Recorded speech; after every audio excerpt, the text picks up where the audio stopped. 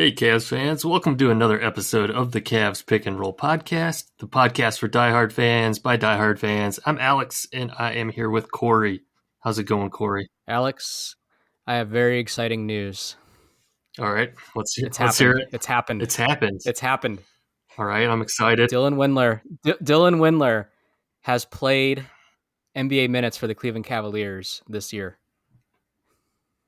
We just got done with the Charlotte Hornets game, and garbage time. Dylan Windler got in the last 4 minutes of the game. Dylan Windler. He made a layup. He made a layup, and he had an assist. Wow.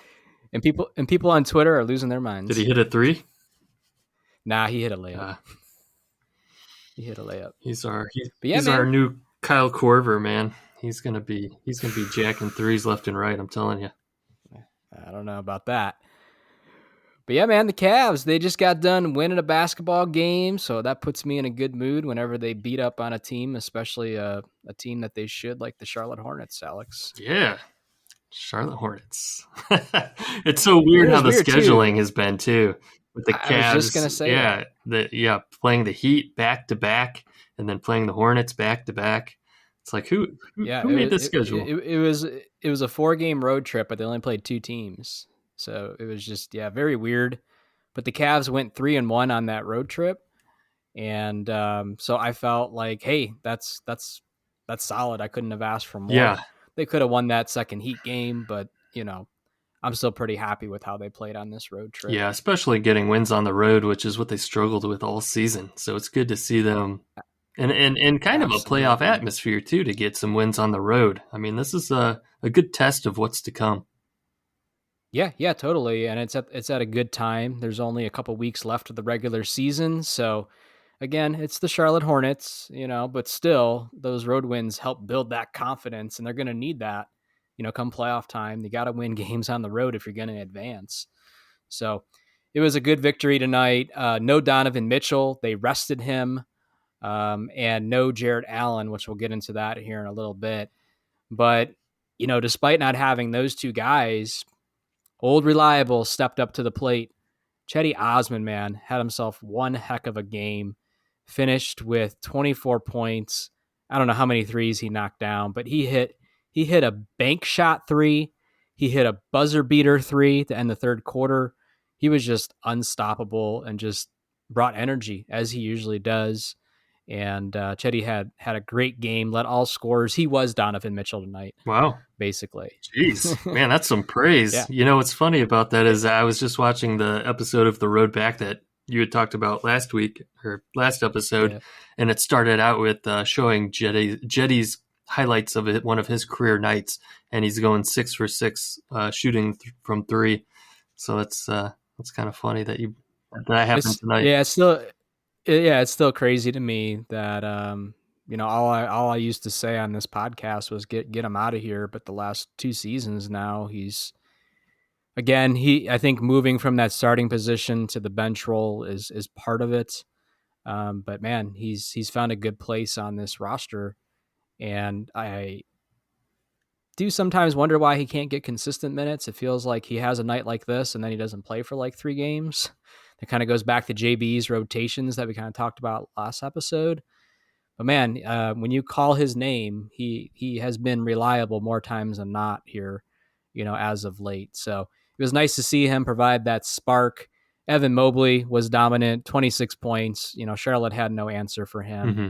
And another player that I thought did a really nice job tonight, stepping up as part of the starting rotation, was Karis LeVert. He finished with 22 points, 7 assists, 4 rebounds. I know he's a popular name to beat up on social media, but hey, got to give kudos to LeVert tonight. He had a good shooting touch, made some threes early in the game, and really, Cedi and LeVert were key to us winning this game tonight. Yeah, I think LeVert's been playing great this entire road trip. He's really stepped up. I mean, he's been a scoring threat. He's so quick. He's great on defense. It seems like we can plug him in at any time, first unit, second unit, and he'll make a play. A lot of times they'll bring him in and he'll be like a primary ball handler. You'll see that a lot. He'll bring the ball up the court. So that's it's good to have that speed and length from him, It's Yeah, kind he's of almost a polar definitely opposite to Mitchell or Garland. yeah, he's definitely capable of doing things, especially on the offensive end. And I have my moments where I'm like shaking my head. It's just when he plays under control, he's perfectly fine. It's when he's out of control or becomes a volume shooter and Yeah, just it isn't his night. That's where fans, kind of lose their minds with him, and I get that. he'll fall into that But trap where he'll do the whole ISO Joe thing. He'll yeah, either ISO Joe. he'll just do a couple crossovers and drive, or he'll chuck it. And it's like, you got to swing it, you got to pass it around. Yeah, yeah, definitely. Stevens had a great night as well too. Stevens has been playing good. He's found himself back in the rotation as of late, and You got to he's had a good start. stretch of games here. Yeah, yeah, definitely. He started at power forward tonight. Mobley moved to the center, and man, we were so small tonight.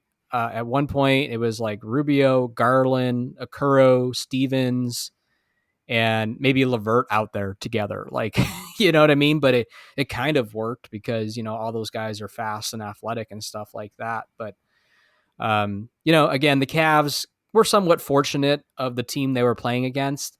They were a defensive powerhouse tonight. They forced, I think, 22 turnovers, something like that, which led to 30 plus points for the Cavaliers. They forced like 15 turnovers by halftime, Alex. It was beautiful. I've beat up, on this podcast, I've said they're number one defense. I just don't see it because they give up, 130 points to their team. Tonight, though, I saw that. Yeah, Again, bad team, but they just forced so many turnovers. And then they also took advantage by scoring on the other end from those I thought they turnovers. really So, struggled on the defensive end the last couple of games, especially since once Allen got hurt, poked in the eye, and yeah. he's been out the past couple of games, and that's why they starting Stevens. So they've been kind of playing small ball. They moved Mobley to Yeah. center.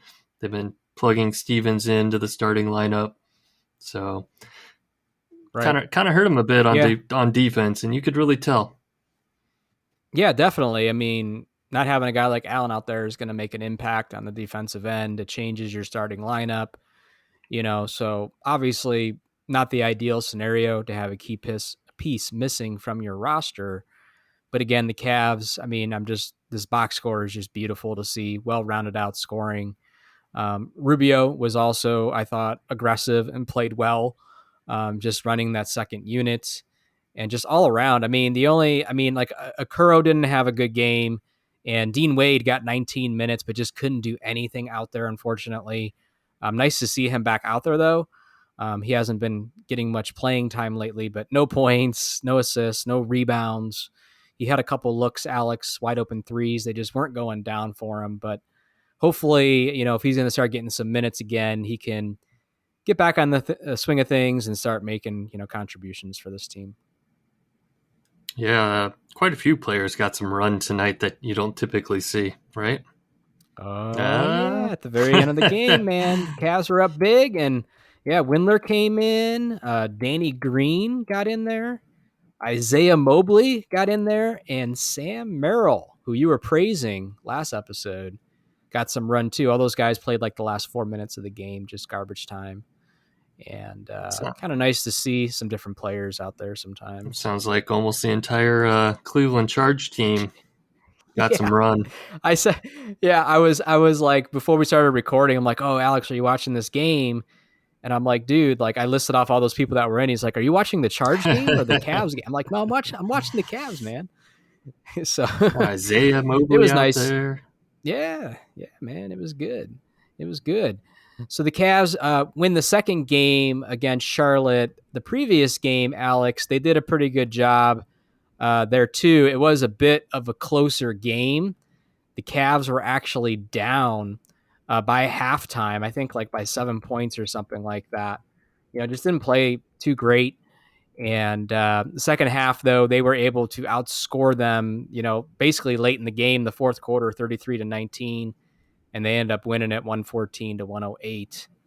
And just kind of going back and looking at the box score from this game, it was another, pretty well rounded out scoring effort.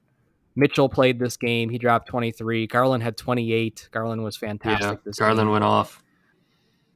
Garland went off, which was key. Mobley had 18. Levert had 15. Rubio puts in 11. So again, we've said this before, but anytime you can have 4+ guys go in double digit scoring, the Cavs are usually pretty tough to beat. Yeah, I remember the thing that stood out to me towards the end of this game was just how much foul trouble we were in.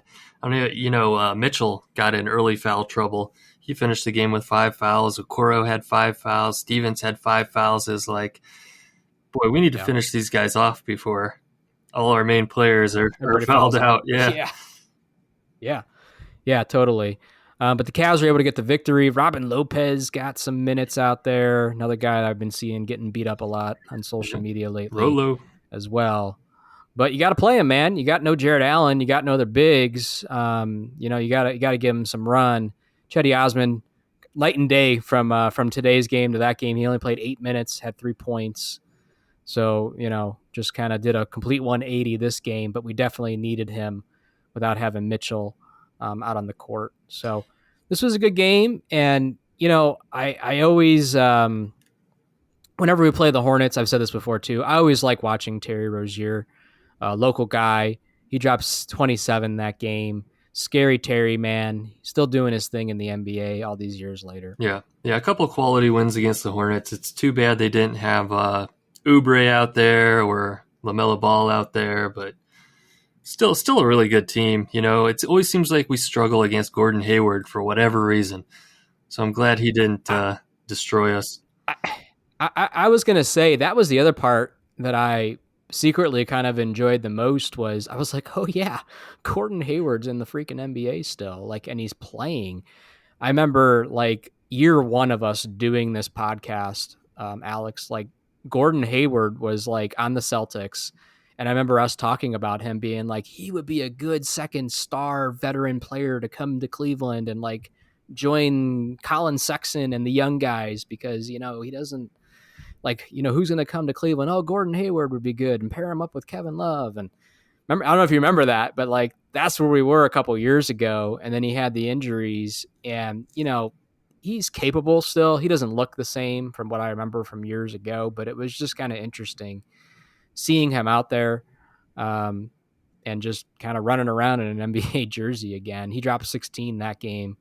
I didn't look to see what he had tonight, but yeah. I mean, Charlotte, they're a young team. They're bottom of the barrel team at 22 and 48. So they're not a good team, and the Cavs took care of business.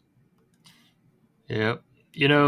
I don't know how far back you want to go, but I got to bring up this Celtics game we played 2 weeks ago because it was just such a good game. And I mean, it was only if there's Alex drunken notes. I don't have any drunken notes. I haven't heard any notes yet so far. Drunken notes, no Siri notes or anything. But it was a good quality win on the road in overtime. It was just an exciting game. It was very good, and I don't remember. That must have been it was probably the game after our last episode. Or whatever. Yeah. Tatum was out. Horford was out. Win. But yeah. It was nice because it was the last time we played the Celtics this year, and we ended up finishing the season against them 3-1 out of those 4 games. Now, does that mean anything if you face them in a playoff series? Absolutely not. But it still feels good to know that, hey, against one of the premier teams in the East, you beat them 3 out of 4 times this year. Mitchell dropped 40 on him. It was great. Yeah. It was a great game. It had that playoff atmosphere. It was on national television, so that was a good victory for the Cavs. The Cavs have had some good victories here. Yeah. It's nice to get that little psychological edge as you head into the postseason. Yeah, definitely. So what about these Heat games? I'll ask you this first because it's a little bit back now, so I don't know how deep we want to go into revisiting those games. The return. But the first thing that I want to know, the first thing I want to know is, what's your thoughts on Kevin Love? You saw him in the uniform, and just what did you think of how he looked out there? The Heat actually started him, I believe, both games. I know the first game they did. But what were your thoughts on seeing old Kevy out there again? He looked all right. I mean, you could tell that, brand new team, new system, new teammates. but he seemed to kind of fit into the flow of the game for him. Um, it was so weird, because he knows our style of play, right? And you could tell Oh yeah. he had a steal. He picked off a pass uh, that he knew was coming. We picked off one of his outlet passes because we knew Mm-hmm. it was coming. So it was just kind of a weird. He knew what we were doing. We knew what he was going to do, and it was about what you expected, right? I think we kind of took Yeah. advantage of him on defense, like we Yes, knew definitely. opponents did to us when he was out there. So Right. Yeah. What I remember from at least the first game, first look at Kevin Love, that first quarter, he had a pretty solid first quarter. I think he drew 2 charges. He scored like the first 4 points of the game, and I was like, oh God, he's gonna go off or something like that. That didn't really happen. He finished with 8 points, 8 rebounds, a couple assists. They played him 21 minutes. But yeah, I mean, I think Kevin can still play. I think ultimately, if the Heat continue to roll with him as their starter come playoff time, I think that's going to come and bite them in the butt. I think he's better off coming off the bench for them, kind of like he did here. I think he'll be able to make more of an impact. Looking at their roster, though, really the Heat don't have a ton of options to plug in there outside of Kevin, so they might have no choice. But yeah, it was really weird. I'm watching that, and it was like surreal. Like it still just feels very weird that all that happened the way it did, and just like 2 weeks ago, all that happened, and then the Cavs happened to play them back to back with the way the schedule worked out, and it's still like not processing in my head. Like Kevin Love's no longer on the Cavs, even though I just watched him play back to back games in another uniform for another team.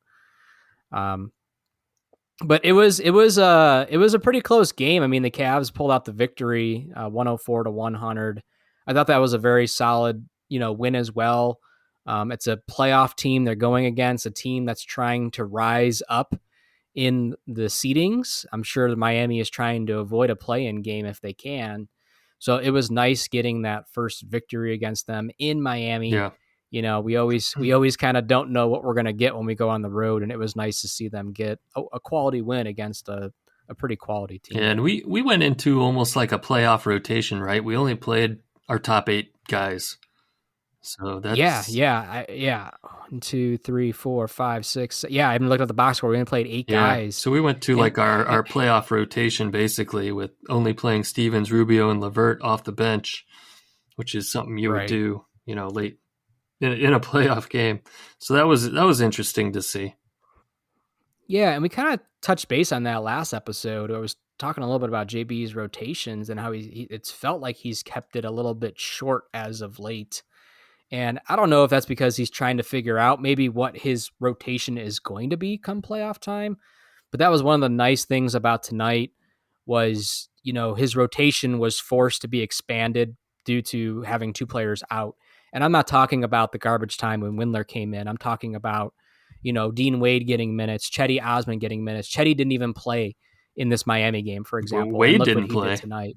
and And Wade didn't and play and either. he Right. was kind of the So, reason why we were okay with letting Love walk, right? Because Dean Wade was yeah, back, well, and we were going to be able to plug Wade right into that position. And exactly. now Wade didn't Exactly. play in So, either of these Heat games, and he didn't play right. in. Did he play He in the hasn't, Hornets game? I can't remember. he played tonight. I don't know if he played in the first Hornets Okay. game though. But that's just like the rotation has felt a little bit just strange. And the only thing I can think of is that JB's trying to figure out what his rotation is going to be. But I a common theme that I've been seeing from Cavs fans, and and this is legit, is that our bench isn't good enough. And I think, our bench is filled with guys that have kind of been somewhat diamonds in the rough. Your Lamar Stevens, your Dean Wades, etc., not household names. And the thing is, they're not, you never know which one of them can go off. So to me, I get why you come playoffs, you trim your rotation and all that. But to me, man, it's like, Well, if every playoff team is playing 8 or 9 guys, those 8 or 9 guys are gassed. What if you're playing 10 guys and you're continuously throwing in fresh bodies in there and they can make contributions? Like, wouldn't that give you somewhat of an advantage? And like, yeah, tonight Dean Wade played 19 minutes and did diddly squat, but I'm willing to bet that's not going to be his normal showing if you give him consistent minutes. Like, I feel like JB can play 10 guys come playoff time if you really wanted to, and all 10 of those guys can make an impact. So it's weird right now, but I was glad tonight some other players, were able to get some minutes, really because JB's hand was forced. And again, look what Chetty did, look what Steven's been doing, etc. Yeah. But yeah, they got a quality win here. The second game, unfortunately, didn't go in their favor. The Cavs ended up dropping that game late. They were in it. They let the Heat outscore them 37-26.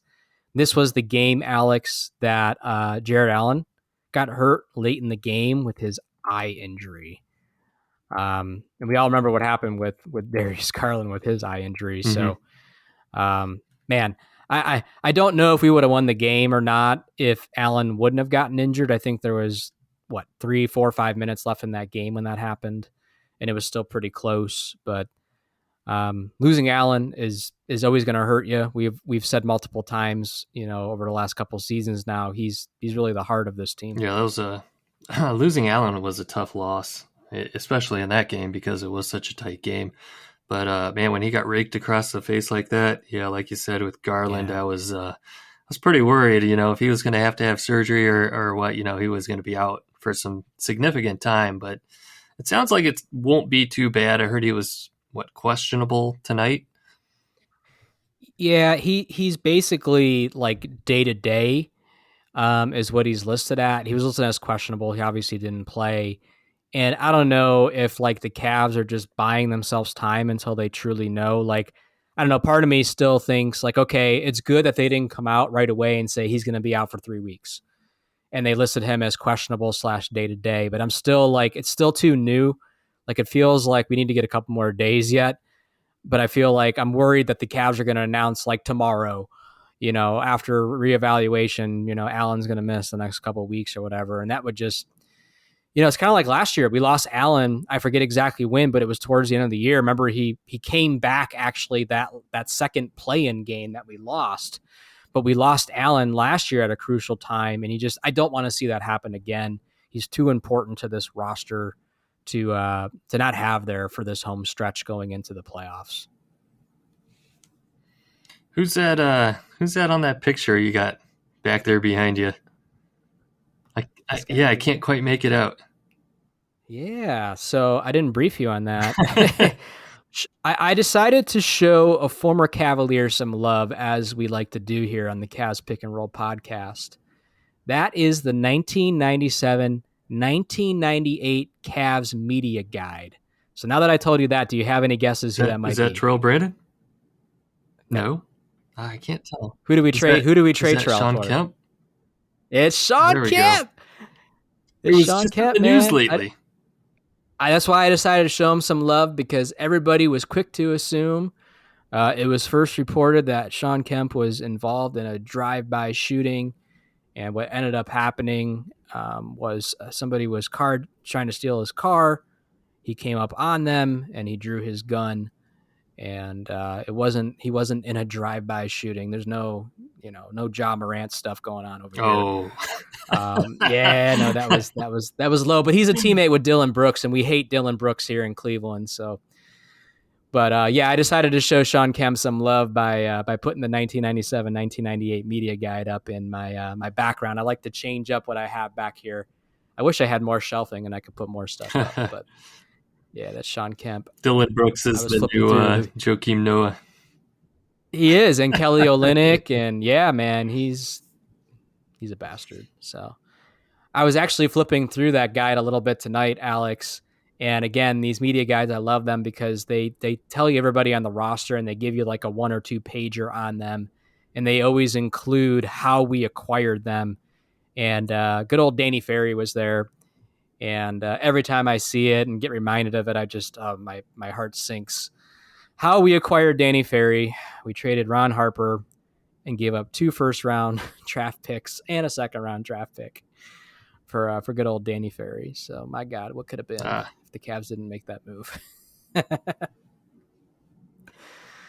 But yeah, man, back to this Heat game. You know, Mitchell had a great game. He went off for 42 in 43 minutes. Um, just wasn't enough though to get over the hump, and the Cavs ended up dropping this game to the Heat. So yeah, we split it with them. It's not a big deal. no, yeah, you know, one thing that Can't read into it too much. no, exactly. Like I'm okay with that, and the reason why was because okay, again, you know, Miami isn't a stellar team, but they're a good enough team to where like okay, I'm okay with splitting it with them. But then I knew Charlotte was up next on the schedule back to back, and right after that Heat loss, I'm like, okay, you know, if they win these next two against Charlotte, go 3-1 on this road trip, what more can I ask for? You know what I mean? So I've learned to not freak out as much this year compared to years past. You know, when the Cavs kind of lose a game here or there, they've had some bad losses this year, some embarrassing losses, to be quite honest. And I get frustrated, but it's on to the next Yeah. one, you know, to be honest with you. And the And next and one, they came back and won the next we two. play the Sixers tomorrow night, back to back. It's gonna be a Yeah. tough Is it one. back to Yeah, back? Are you serious? yeah. Are they both in Cleveland, or is it a one here and then No, they I go mean back there? to back. No. We played tonight. We're playing tomorrow night. Oh, okay. Yeah, we got the Yeah, yeah, Sixers yeah. tomorrow. Yeah, it's gonna be an interesting game. It's partly probably why they sat Mitchell tonight against Charlotte, because they're gonna need him for that game, and tonight was the night to sit him.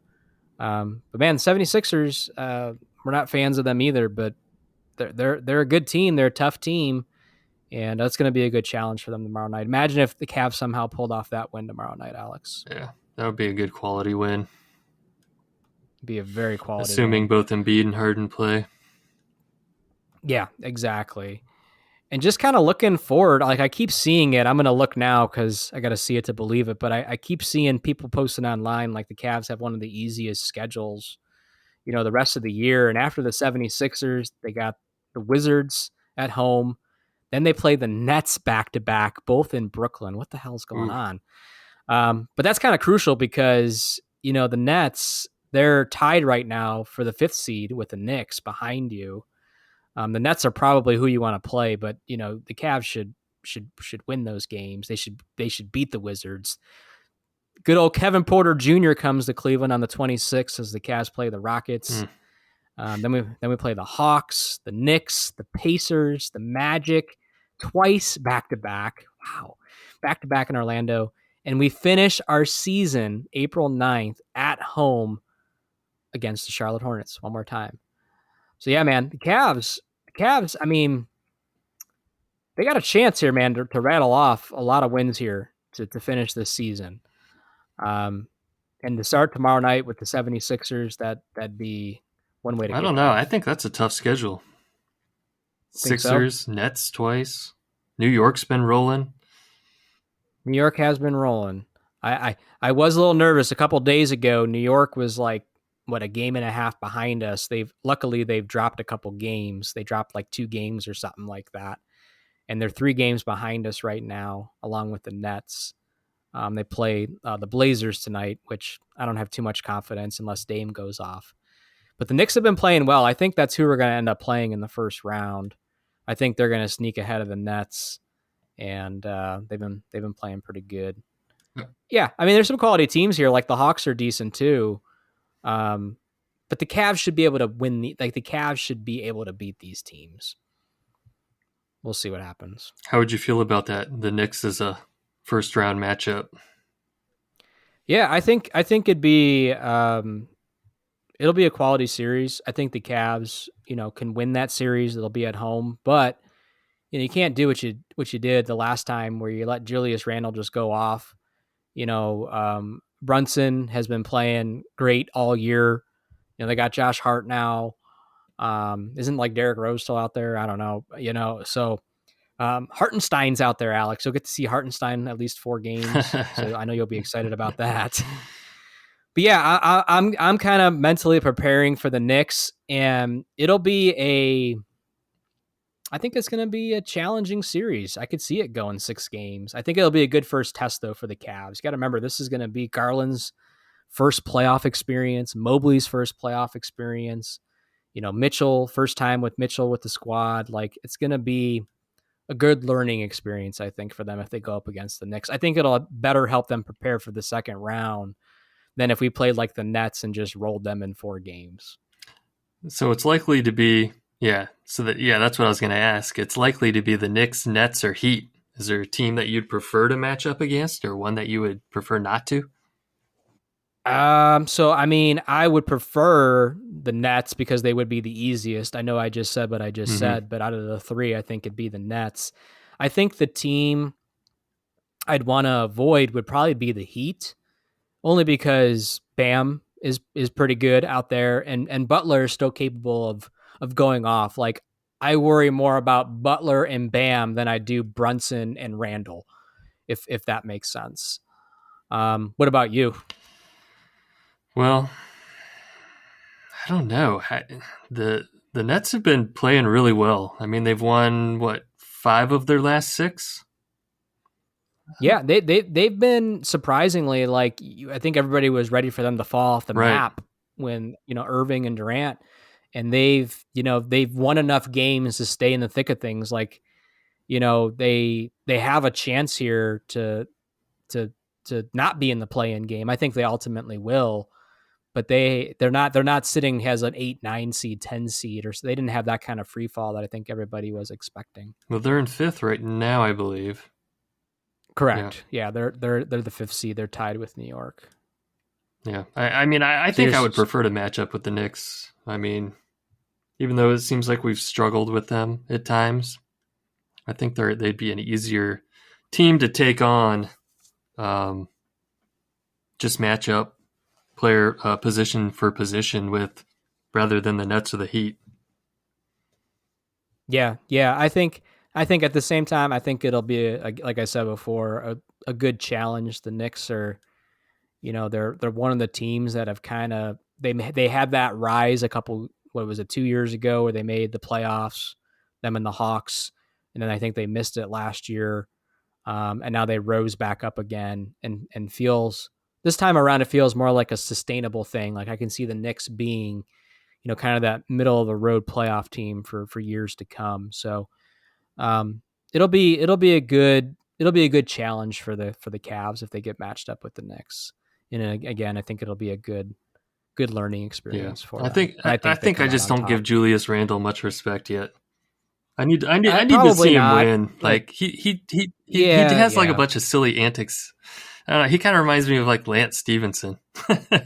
Oh boy, good old Lance. Yeah, yeah. We'll see what happens here. It'd be. I don't think they can. I'd have to look at the 76ers schedule. But like if the Cavs, what do they have left? Like 10, 11 games, something like that. Like, is it possible that the Cavs can catch the 76ers? I don't know. I'm looking at the standings now. Um, the Cavs are 3.5 games back from the Sixers. So the Cavs would have to battle off 8, 9 wins, and the 76ers would have to lose like their last like 6 of 10 or something crazy, like 7 of 10, and just go on one heck of a skid. And I don't know if that's going to happen. So all I know is, Alex, the Cavs can't slip out of the 4 seed. They got 3 games right now in the 5th seed. They need to make sure that they keep that distance, and the schedule is in their favor to where they should be able to do that, even if these other teams get hot here to finish out their seasons. Right, I agree. I think they've got the 4th seed pretty much locked down as long as they keep doing what they're doing. Yeah, yeah, agreed. And no major injuries. Nothing crazy like that too, obviously. Health plays such a factor. You're like how lucky you are, being healthy at the right time. And we're out with Allen right now. Hopefully it's something where we get him back here before the end of the season, and hopefully no other injuries occur. And, we'll see what happens around the league. I think you were saying, Alex, before we started recording, there's some key players that are injured right now around the league, right? Right. Like At least in the Giannis East. has been out, Tatum's been out, Horford's out. I don't know what Yeah, the Sixers how they're looking, but it seems like a lot of the top teams have some of their primary key players out. right, right. Yeah, and that could be a deciding factor come a playoff series. You lose like one key guy, and that can change the whole momentum of a series. So we'll see what happens. One of the last things I wanted to ask you on this episode was, so we're getting towards the end of the season. What is your expectations for this team for the remainder of the year? I think just secure the fourth seed and then go from there. It's going to be all new territory for this team, right? They're a young team. This will be the first time they make it into the playoffs together. I think they got a good chance of going pretty far. I certainly don't expect a championship year one since we just got Mitchell and still such a young core. I mean, really young guys. Youngest team in the East, I believe, possibly the NBA. Got to be up there. Got to got Yeah, to be got to be one of the youngest, at least that are in contention. There might be some like the Magic might be really young too, but they're at the bottom of the barrel. Detroit, same thing. Like, these other teams that are ahead of us, like the 76ers, Celtics, and Bucks, they're all led by veterans and have a lot of veterans on that team. And those cores have played longer together. Maybe not the 76ers because Harden hasn't been there too long yet. But at least with the Celtics and the Bucks, your Marcus Smarts, your Al Horfords, your Chris Middletons, your Lopez's and so on and so forth. Those guys have been with those rosters for years and years now, along with those star players like Giannis, Drew Holiday, Tatum, and Brown. To where, like you just said, yeah, the Cavs, this is year one of adding Mitchell to this squad. And you're adding it to a core team that is all under the age of 25 and have never been to a playoff series yet. yeah, So I think you nailed it with it, it being all new territory. And I agree. I think my expectations are you got to lock up the 4 seed. You got to have that home court advantage because it's been one of your biggest advantages all year round. You've had a great home record. You're 28-7 at home. You're 15-20 on the road. So obviously, being at home would be preferred. But also, I feel like you got to make it out of the first round. You can't make a blockbuster trade like you did over the summer. Bring in a player of Mitchell's caliber. Give Darius Garland the biggest contract that the franchise ever has in franchise history. Have a 7-foot, 2 7-footers like Allen and Mobley, and get knocked out of the first round by yeah, like the Knicks or something like that. That just can't happen, and that will just lead to panic this offseason, yeah. I I feel. feel like the expectation is second round. Like they should make it the Second second round. round playoffs, and then we'll see what they're It's really made out of, right? exactly. And no matter who they play in the second round, it's going to be a challenge. I think second round would go 4-1 if I'm not mistaken. I could be wrong, but if that's the case, I mean, you got the Bucks second round. I mean, that's the Bucks are a championship quality team, right? And they're gonna be one of those teams I would put my money on. They're gonna be there at the end, come the Eastern Conference Finals. So the Cavs are really gonna have their work cut out for them. That second round, even if it's like the Celtics or something like that. Again, a very tough opponent to play in a playoff series, but it's going to be a good learning experience for them. And but yeah, you got to at least make it there. That's my expectations for this team. And then, you go into the off season, and everybody's saying it, and I agree. You're maybe a piece or two away, and you go look and see what you could do this off season to fill that last hole or two, and you come back another year wiser, another year of playing. Gelling. You had a whole season of playing together this year, and you come back stronger next year. And then the expectations get raised from there. Next year's expectations will be Eastern Conference Finals and Yeah, so on and so forth. What bothers me, Alex, is how many people are ready to jump off the bridge, be done with this yeah, team, because they're sitting as a 4 seed right now. Like, come give me a break. I know, right? You know, just you're getting ready for the Brown season, I guess, with that Yeah. negativity. Get out of here. You know. Yeah. I see a lot of those comments too. Oh, they're not going to do it this year. They can't do it. They're still missing a piece. Well, it's like nobody thought they were What were going you to do it expecting? this year.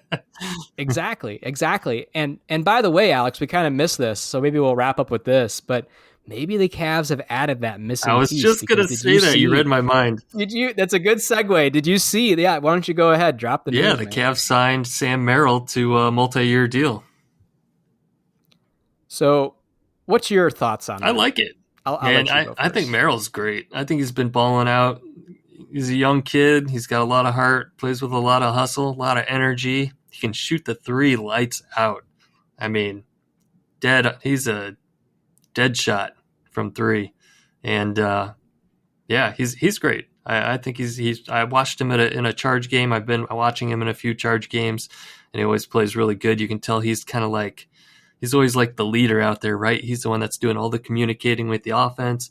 He's telling guys what to do on defense. He just plays like a veteran for being such a young guy. So it's cool to see him brought up to the Cavs on that 10-day contract, and then to see him signed to a multi-year deal that quickly.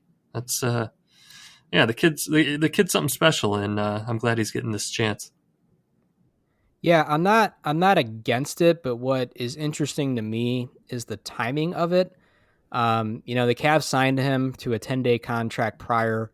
I think maybe I saw he got like 3 minutes of runtime. It's not like he did multiple 10-day contracts, made some sort of contribution for the Cavs to kind of warrant this. It feels like they're just going off of what they saw him doing for the Charge. So that's a little bit interesting to me. And then also, two more points on that is I don't feel like Merrill's going to get any significant run this season because we're getting ready to go into the playoffs. He's not going to get a part of this rotation. It's going to be like games like tonight where it's garbage time, and then maybe they throw them in there. So the only part that bothers me about it is you let Love walk. Jared Allen is hurt right now. You really could have used another big.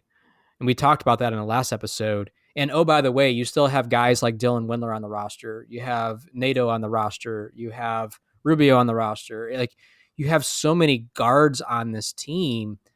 It's like, man, I'm great. I'm happy to give a guy an opportunity, but it's tough when you know that guy isn't going to be able to contribute to you this season or for the playoff run that you are about to go on, to where maybe there could have been somebody else out there that could I have. don't think so. I just don't think that there's anybody out there that they're going to add this late into the season that's going to all of a sudden be getting significant minutes. 15 to. I mean, they Probably even not. added Danny Green, who we thought, yeah, he can shoot the three. He's a veteran. Yeah. He hasn't been getting any minutes, so there's No. nobody else out there Yeah. that's.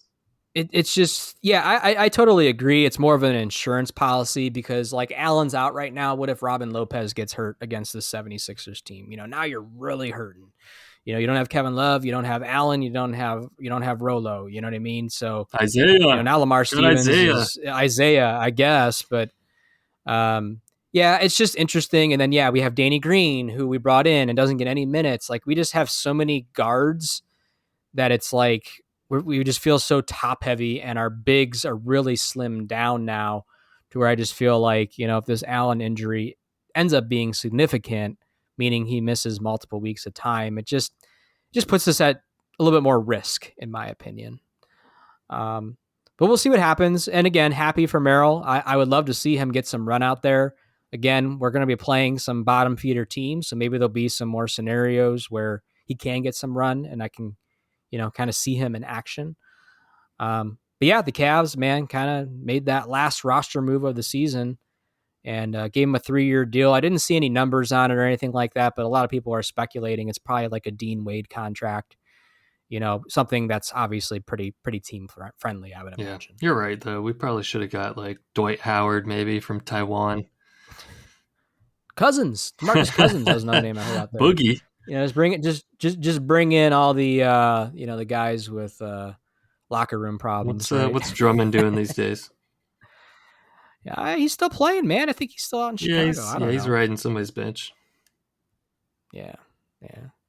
Well, congrats to Sam Merrill.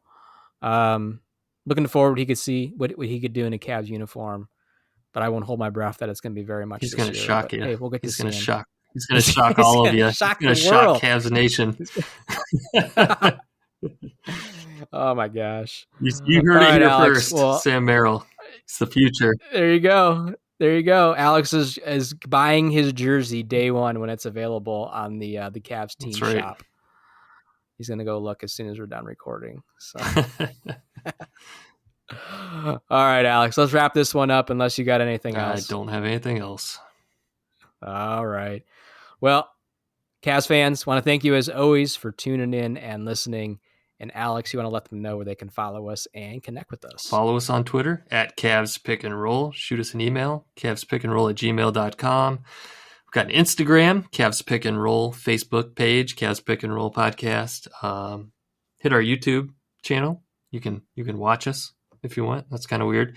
But you got anything else, Corey? No. I was just the last thing I was going to say was I did miss a couple days of the Cavs card of the day. But so far this week, it has been off to a strong start. We had Sagana Diop and Anthony Bennett. I saw the Anthony Bennett card this week. Made me chuckle, man. It's kind of a cool holographic card too. It is. It's a good looking card, actually. A lot of his cards, believe it or not, are, he only played so long in the NBA, so they're a little bit more desirable when there's not as many cards out there, right? Versus a guy that's been playing for 20 years. Yeah, I like the description that was on the back of the card about how the Cavs drafted him number 1, and he's coming into the league as an dominant offensive force. I saw that too. That's probably where you chuckled, because that's where I chuckled as well. Sleepy Bennett.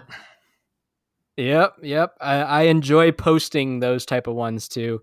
Of course, you got to post the big names. I think today was a Z card. But yeah, I like posting those ones just to, or you can get a little chuckle out of it. So yeah, Anthony Bennett, man. All right. Well, there it is, Cavs fans. Thanks again for tuning in, and we will talk to you again soon.